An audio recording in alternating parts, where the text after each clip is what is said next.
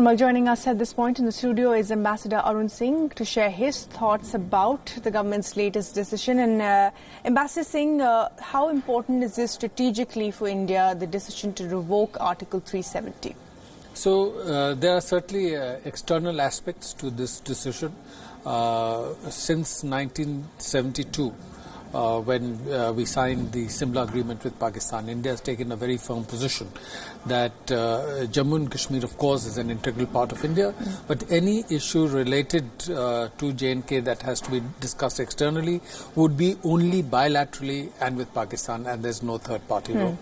And I think after President Trump recently, while meeting with the Pakistan Prime Minister, said that he was ready to offer mediation in the context of Kashmir. This statement coming out from India through this measure is a very clear statement that the internal governance in Jammu and Kashmir is sovereign decision-making by India. And there is no role for anyone. Because in 1994, for example, the Indian Parliament had passed a resolution where it was stated that the entire state of Jammu and Kashmir is an integral part of India. And if anything is to be discussed with Pakistan, it is about this part of the state of Jammu and Kashmir which is under illegal occupation of Pakistan. Therefore, internal governance is not to be discussed with anyone, not even Pakistan. And only the area that is under Pakistan's illegal occupation, that aspect we discuss. So I think it is reiterating that message that as far as the government of India is concerned, the internal governance is of sovereign decision-making in India. So from that point of view, it's very, very important. And certainly, of course, this has sent the Pakistan government into a huddle. We know that they're going to have a joint session of parliament tomorrow. We know that the General Bajwa is meeting with the co-commanders tomorrow as well. How do you see Pakistan viewing this, other than, of course, the fact that we have reiterated time and again this is a bilateral issue? Do you think they've been completely sort of surprised by this, the fact that Imran Khan was just recently in the United States pushing for that mediation, and, of course, India making its position very clear? What could be the outcome of this going into a huddle? Well, a huddle in the sense that they will now try and work out what kind of steps they would want to take. Because with the developments and reports coming out over the last several days from Jammu and Kashmir, they would have known that some major step is in the offing. And they need to show to preserve their position from their perspective, and also to show to their domestic audience that they are taking some steps. They need to come out with statements rejecting India's position, just to preserve their position, not that it has any impact on the situation on the ground as far as we are concerned. So they have summoned a joint session of Parliament. The Parliament will come out with a resolution rejecting India's actions.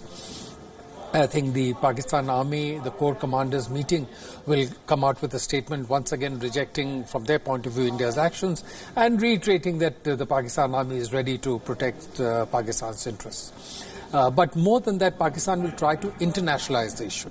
Because that is something they repeatedly try to do in the context of Jammu and Kashmir. Because they feel that that way they are challenging India's position, that essentially it is an internal issue for India, and that certain aspects that are to be discussed externally in the framework of the line of control, it is only be discussed with Pakistan. Yes, but their obsession, Ambassador Singh, with Kashmir has not been reflected internationally at all. In fact, the responses from the international community have been very muted to what we understand as a very internal issue of changing the demographics of a state from a state to a union territory. Why should the international community be bothered by that or react to it? So the narrative that Pakistan is pushing has not brought the outcome that they probably wished for. That's right, and you're absolutely right. Pakistan's narrative has not been getting any traction. But what they will certainly get is probably a statement out of the OIC, the Organization of Islamic Conference. Because the practice in the OIC is that any member country that brings up an issue that is of interest to it, other members let it pass. And therefore, repeatedly, many members have indicated that they don't agree with Pakistan's position in the context of Jammu and Kashmir at the OIC, but they don't take a step to block it. So Pakistan will probably get a statement out of the OIC.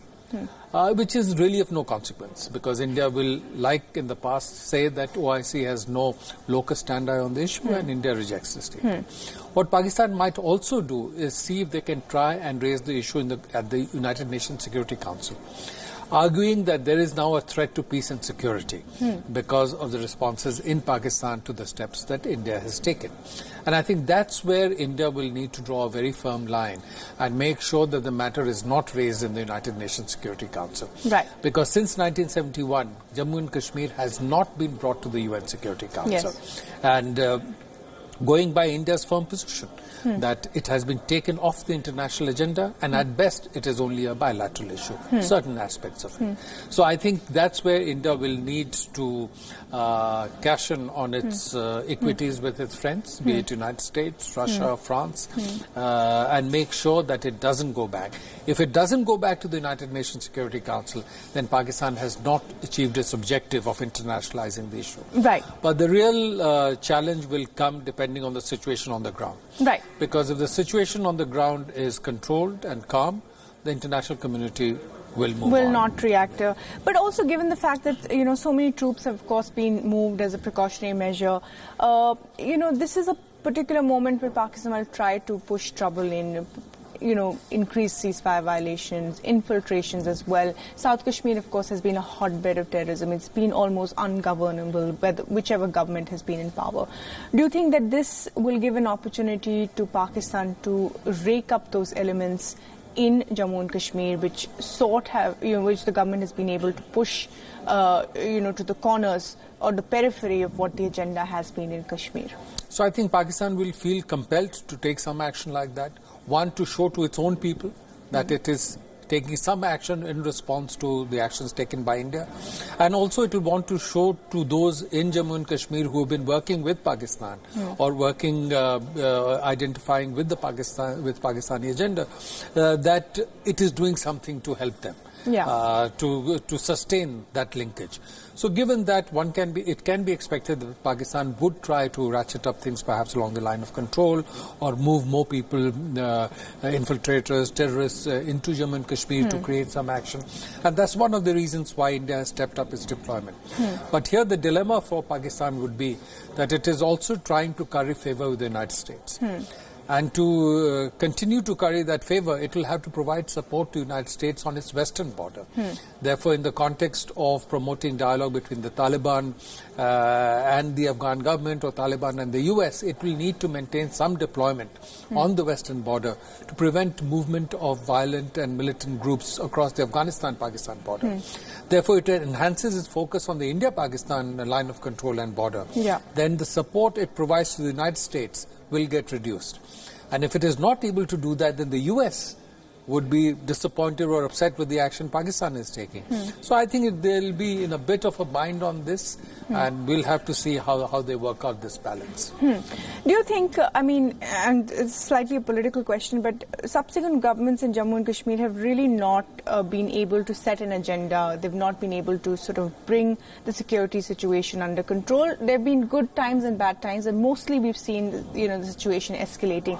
Do you think that the decision to make it a union territory, therefore, is in the best interest of a state as volatile as Jammu and Kashmir, given that it will then have a hawk's eye, and all the the central forces will have a better control of the situation in Jammu and Kashmir? Well, only time will tell. We'll have to see, because in the past also there have been phases when the security situation in Jammu and Kashmir has improved. Level of violence has come down, terrorist attacks have come down, infiltration has come down, and then there have been phases when it has spiked. So whether how this change impacts on the actual situation or on terrorism, action against terrorism, I think one can honestly say that only time will tell.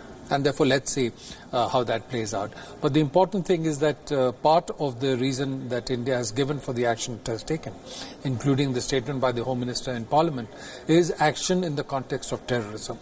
And that was another reason why it will be very difficult for international powers to be critical of India's action. Right. Because on the subject of terrorism, most countries have very firm position, including the United States. Yeah. Very, very firm position on actions that need to be taken against terrorist groups. So if India says that this is what it needs to do to push back on terrorism that the state has seen for almost 30 years now, then they have to create space for India to implement in terms of what it is doing.